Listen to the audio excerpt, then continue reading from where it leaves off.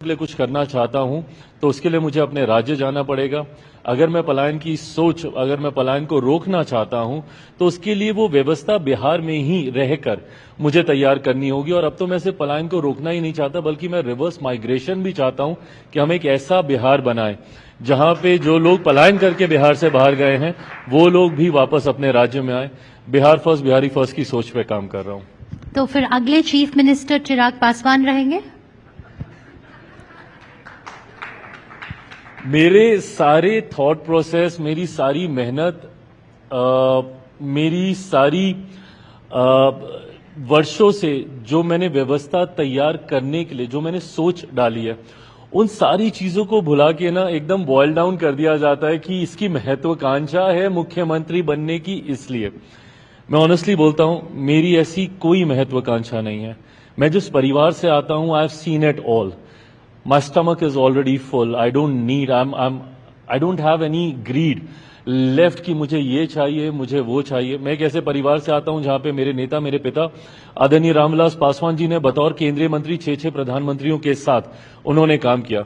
बचपन में तो मेरे लिए कहीं ना कहीं ये गाली बन गई थी कि मैं स्कूल में जाता था, कॉलेज में अरे मंत्री का बेटा आ गया, मंत्री का बेटा आ गया। सो ये शुरू से देखा है। और अगर पद की लालसा होती 2020 का चुनाव मैं अकेले नहीं लड़ता।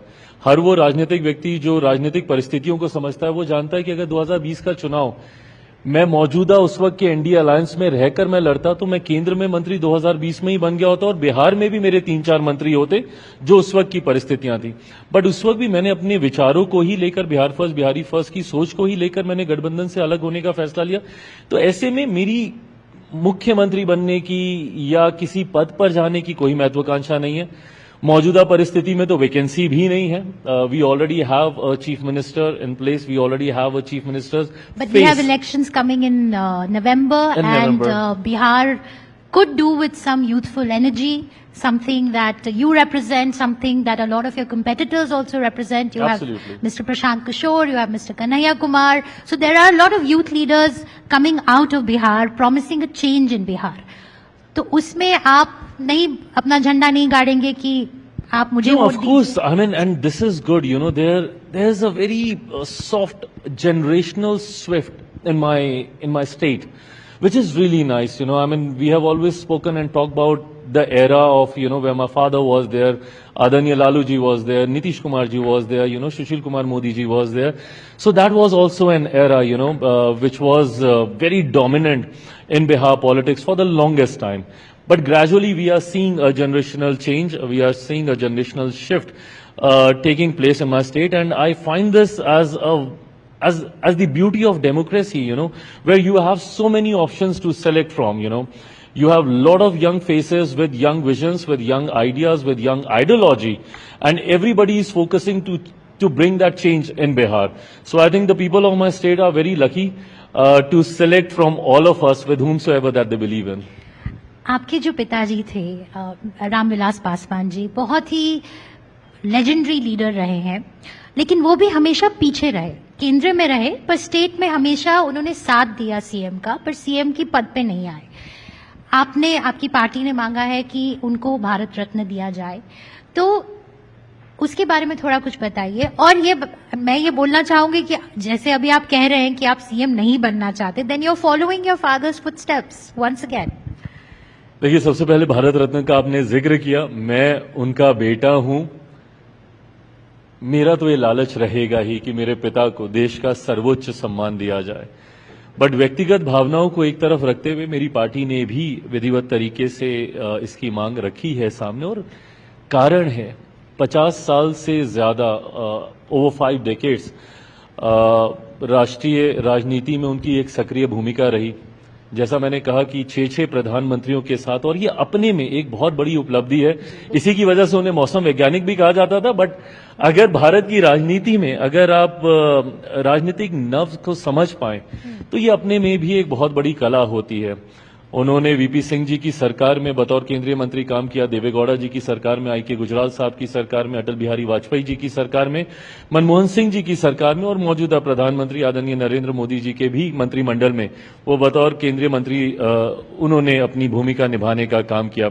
2 बार उनका नाम Guinness book of world record में दर्ज हुआ for winning by the highest margin. ये अपने में एक बहुत बड़ी उपलब्धि। और उसके बाद जिस तरीके से सामाजिक न्याय को लेकर, सोशल जस्टिस को लेकर उन्होंने हर सरकार में एक अहम भूमिका निभाने का काम किया।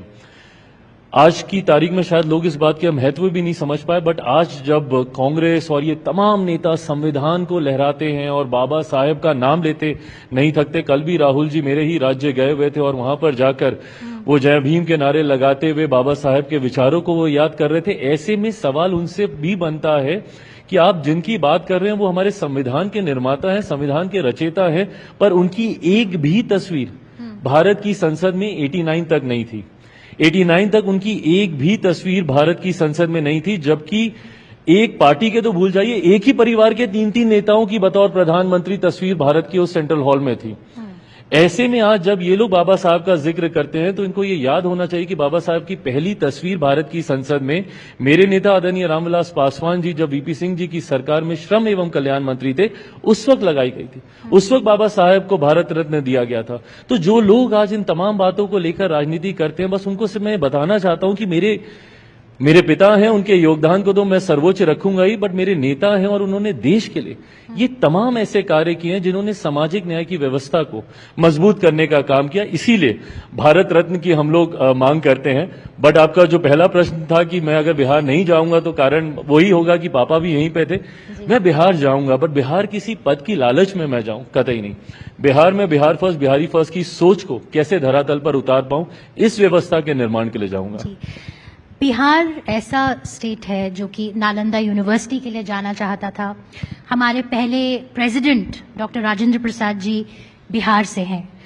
तो वहां से अब जो बिहार की बात होती है, अब बात होती है करप्शन, अब बात होती है खराब सड़कें, अब बात होती है कि बिहार में काम करना बहुत मुश्किल है, इंडस्ट्रियलाइजेशन बहुत पुअर है।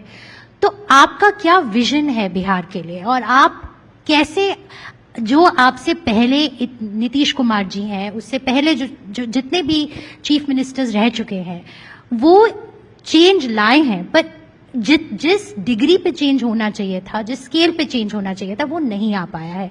तो आप क्या चेंज लाएंगे, आपकी क्या विजन है बिहार के लिए? मेरे बिहार का एक गौरवशाली इतिहास रहा है and I feel so proud when I से दिस कि बिहार एक ऐसी धरती रही है जो कई मायनों में जनक रही